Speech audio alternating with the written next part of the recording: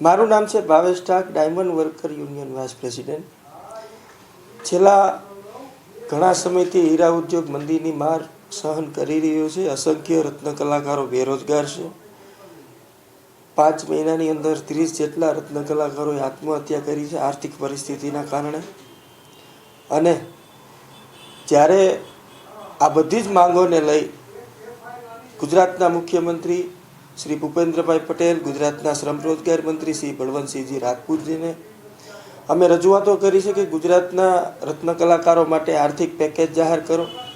રત્નદીપ યોજના જે 2008ની અંદર શરૂ હતી એ ફરી શરૂ કરવામાં આવે અને આત્મહત્યા કરનાર રત્ન કલાકારોના પરિવારને આર્થિક સહયોગ આપો।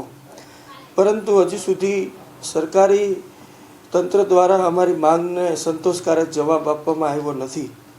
ત્યારે 17 ડિસેમ્બરના રોજ પ્રધાનમંત્રી શ્રી ડાયમંડ બ્રુસનું ઉદ્ઘાટન કરવા આવતા હોય અમને ડાયમંડ બ્રુસ સામે કોઈ પણ વિરોધ નથી। અમારી સરકાર સમક્ષ માંગણીઓ છે અને માંગણીઓને લઈને અમે 16 તારીખના રોજ પ્રતિક ઉપવાસ ઉપર ઉતરવાની પરમિશન પોલીસ તંત્ર પાસે માગી હતી, પરંતુ હજી સુધી કોઈ રિસ્પોન્સ મળ્યો નથી। પરંતુ અમારો જે પ્રતિક ઉપવાસનું આંદોલન છે એ ચાલુ રહેશે।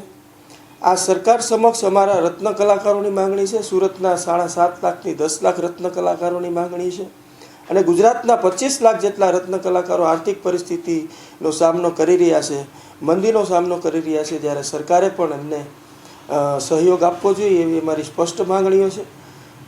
ગુજરાતના 2008ના સીએમ જ્યારે રત્નદીપ યોજના ચાલુ કરી હતી ત્યારે જો ગુજરાતના મુખ્યમંત્રી શ્રી નરેન્દ્રભાઈ મોદી હતા અને આજે એ ભારત દેશનું નેતૃત્વ કરી રહ્યા છે, તો સ્વાભાવિક છે કે માંગણીઓ હંમેશા સરકાર સામે જ હોય છે। તો આ માંગણીઓને લઈ અમે કાલે પ્રતિક ઉપવાસ ઉપર ઉતરવાના છીએ।